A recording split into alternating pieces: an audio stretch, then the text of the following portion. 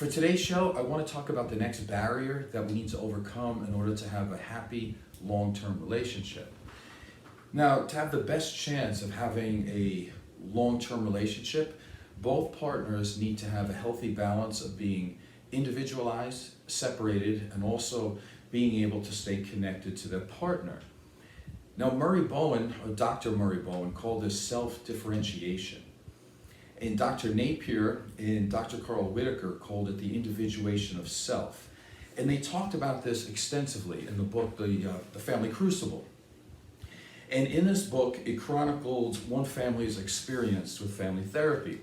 And towards the end of the book, both doctors came up with this thought that the reason why the parents were going to divorce was because of the individuation of self.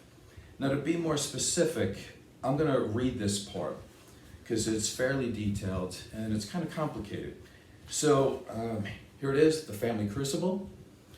And I'm going to read this little piece from page 221. If there is a single predetermining factor in divorce, it is probably that individuals marry before they have firmly established a sense of independent selfhood. While research indicates that couples that marry at a later age have a much greater chance for a durable marriage, chronological age is not the only variable. The more decisive question is whether at the time of the marriage, both individuals have passed through a certain psychological space in which they have grappled with life alone, depended only on their own resources, and discovered that they could win the battle against their own fears. So again, that's from the Family Crucible. Now, to be a little bit more specific, the differentiation of self is when you're able to deeply connect with other people and you're still able to appropriately separate yourself emotionally and psychologically in order to define your own self. And this leads to being able to make decisions which are congruent to your own dreams, desires, and goals. And in order to do that, you have to be willing to accept and tolerate the criticism and disapproval of other people. And when this happens, again, even more so, you have to be able to tolerate that might end the relationship. Because in order to keep the relationship together, if you continually have to be somebody else and to say other things that are not congruent with who you are, it's not going to be a real relationship anyway. But here's the positive of that, is that if you are yourself and you are individuated and you do live the way you want to do and you say some of the things that you want to say, it can also create great intimacy and make the partners closer together. So again, that's the big barrier here, is self-differentiation and having the other person allow the other person to be self-differentiated. Now let's look at some symptoms of an undifferentiated person. And we can use some other words here. Undifferentiated also would mean that we're enmeshed, and we can be enmeshed with society, we can be enmeshed with our significant other or our family of origin, or we can be fused. In other words, we're making most of our decisions based off of everything around us rather than who and what we are. Now, undifferentiated people have two major issues. Number one, they can't separate feeling and thinking. Okay, that's a major one. And then the other major one is that they lack a strong sense of self. And when that happens, they allow everybody else to mold who they are. So here are some of the symptoms. People who lack a strong sense of self, they tend to be emotionally needy. They tend to be highly reactive. They have a high level of chronic anxiety. They also adapt to other people's personality, wishes, and demands. Now, what do these all have in common? What it is they're reacting off of their environment. And so they're trying to be something or to say something in order to connect with the environment. Now, the negative here for them, besides feeling anxious all the time, they feel that if they are who they need to be, what happens is the people around them may not accept that. And so they're going to face some disapproval. and they cannot tolerate the negative feelings of other people, or to have these other people kind of have a disapproval of them, or that they might actually be punished for the things that they feel. So again, they'll try to just fawn or mold into what the people around them want. Again, undifferentiated people, they're also, as I just said, overly concerned with approval. They have difficulty making decisions. They have difficulty saying no. They typically are have a lot of difficulty making boundaries. They have difficulty with direct communication. And again, all of this is because they're trying to figure out what's going on outside themselves. They tend to be overly involved in other people's lives. They tend to be overly critical and judgmental. And again, Dr. Bowen, when he talks about this, he talks about triangulation, where if a person is getting a tremendous amount of anxiety with themselves or with their partner, they try to bring on a third person or a third entity to kind of lower down the amount of anxiety. So this can happen if two people are having an argument and another person will say, well, how about so-and-so, or how about this family over here? And so what it does is it creates a little bit of a tension decreaser, because the tension goes off from the two people having the conversation, and then they try to lay it out on somebody else. You'll see this a lot of times with parents too. If they're in a situation where there's a lot of tension, one of them or both of them might try to put the tension on the children. I mean, they might not know that they're doing it, but they will get the kids involved in some way, and that'll take the tension off the marital relationship. They also tend to they swing both ways in terms of their trauma. So they can have an automatic compliance to people, again, because they're afraid to get them angry, or they can have extreme oppositional behavior. And again, Dr. Bowen would call this an emotional cutoff. So again, though, how do some people deal with incredible anxiety when they're around certain people or their environment? Some people just don't deal with it at all. They just put up the barrier and cut it off, and they don't have anything to do with it. So again, if a person is traumatized, they tend not to be productive and work down the center. What they'll do is they'll either be very oppositional, or they'll just say yes to everything. And being that we're in political season, I might as well mention this too, is that people who have a very low sense of self, they don't know who they are, they tend to be very susceptible to cults and to groupthink.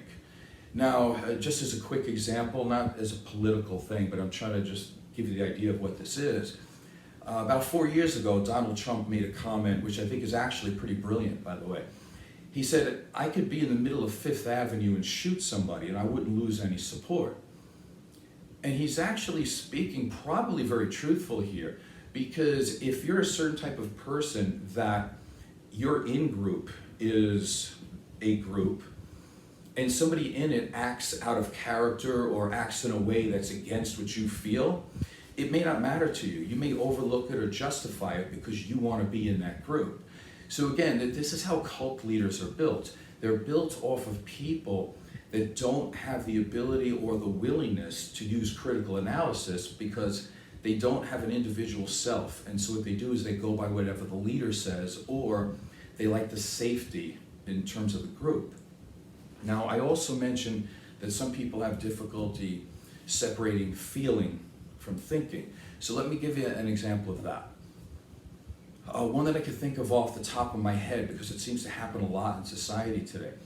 Let's say you have one person who texts another person. So I think this is important, because by today's standards, like, everybody expects everybody to respond immediately. So if a person texts somebody and the other person doesn't text back, let's say within an appropriate amount of time, for whatever that might be, this is a feeling. The person could say, I'm feeling a little disappointed right now because I really love this person and I would like to be able to say hello, or I would like to connect with them, and unfortunately I'm not. So I'm feeling a little bit sad. I'm feeling a little bit frustrated because I would like to connect. Those are feelings. The thinking part would be this. Somebody says, that person's not texting me. I bet you they're doing something wrong. That's not a feeling, that's a thought. This person didn't text me. I guess I'm not that important. Well, again, that's a thought, that's not a feeling. This person's not texting me back because obviously they don't want to have anything to do with me. They're just way too busy and I'm just not a part of their life. I wonder what they're doing. They're probably doing something very negative. Again, all of these things can run through the mind of a person who's not individuated. Now, let's say you're the person receiving the text. If you receive the text and you are an individuated person and you're busy, what you would do is you would finish what you're doing and then you would appropriately respond to the text at your earliest convenience. But if you're not individuated and you're busy, you would immediately put down everything you're doing, even if you're driving your car, you would pull over and then you would text back. Not because you're a loving, caring person, although you could be, but the main reason why somebody would text back in that situation is because they fear the negative response of their partner. And so they'll do this, and what they'll say to themselves is they're a very moral person, they're a very good person, they're a very caring person. And maybe they are. But really the impetus to make that text is from trauma, that they don't have the ability to tolerate somebody else's negative feelings. Because there's nothing wrong with texting when you're not busy. That would be normal. Again, a differentiated person would not go through that type of high anxiety.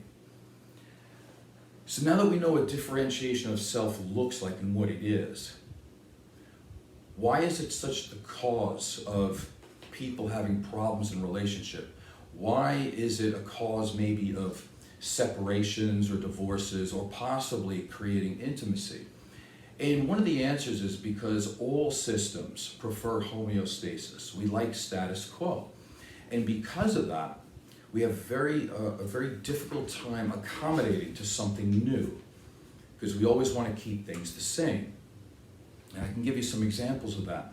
I've been a personal trainer since 1986 about. And almost every woman I have trained over the years gets this speech eventually. And it's about crabs in a bucket. Now, how do crabs in a bucket actually correspond to self-differentiation? Well, here's how. If you go to the beach and you start collecting these sand crabs and you put them in a bucket, and that's your thing, you want to see how many crabs you can put in that bucket for the day. You can actually turn around and not be around the bucket. It doesn't matter because the crabs will never be able to get out of that bucket. They have these massive, strong claws, especially in relation to their bodies. They can easily get out of a bucket, but they don't. And the reason for that is because if one of the crabs starts to crawl its way out, the other ones pull on it and grab it back down and pull it back down to the bottom. Now, of course, they could all climb up from different sides, but they don't. What they do is they always pull down the crab who is climbing the bucket, so they never get out. Now, what does that mean in terms of training? Well, many times I would start to train a woman who's at that age where most of her life has been spent trying to service the children and her husband and everybody else around and going to PTA meetings and doing everything else for everybody else. Then she decides it's time for her time. So she'll go to the gym and she'll start working out maybe once to start, then eventually maybe 2 or 3 times a week. And that's already a change that everybody else has to accommodate. All of a sudden, she's not there for everybody. She's doing some stuff for herself. And what goes along with it is that her diet's going to change a little bit. So maybe not everybody's going to be eating cheeseburgers every night, and that's going to bother everybody. And then she's going to lose maybe 20 or 30 pounds. She's going to start to look good. She's going to have a little bit of a hop to her step. She's going to maybe go out and buy some clothes that are a little bit more flattering. She's going to be smiling a little bit more. And she's going to feel happy and proud of herself, and her self-esteem is going to go up. Until, of course, she goes home, and then she's going to be stared at by a husband who is absolutely, probably going to be totally insecure that now his wife, that was only around him all the time, is possibly very attractive to a lot of other people. And she has other things going on in her life. So now here we have the differentiation of self. This relationship is in a very difficult situation. Because what could happen is that the man in this particular story could support her 100% and enjoy the fact that she's smiling and she enjoys her life and she's proud of herself. That could happen. But he could also try to be that crab in a bucket and grab her and pull her back down, not because she's doing anything wrong, but because he can't handle the fact that she's actually getting better and being more attractive and more valuable to the world. And then here's the other part to that. What if he starts to do that? What if he starts to try to inhibit her from going to the gym or from buying new clothes or from eating well? Well, now her differentiation of self gets tested. She's at that moment where she could allow herself to be pulled back down. And why would this happen? This could happen because she cannot tolerate his negativity. She can't tolerate his negative feelings. She can't tolerate that she might get emotionally punished for trying to do something good in her life. And so then she'll quit. Maybe. But that's actually where the situation is. Will the relationship gain more intimacy, or will it start to fall apart? And that's the essence of today's show, and that's why it's such a big barrier. Now, I can tell you on my own personal level, when I wanted to be a bodybuilder at a very young age, you can't be a bodybuilder unless you are differentiated. And for those out there who don't love bodybuilding, it doesn't matter. Let's just say you want to be healthy. Your lifestyle is going to change. And this world is set up for you to conform to them.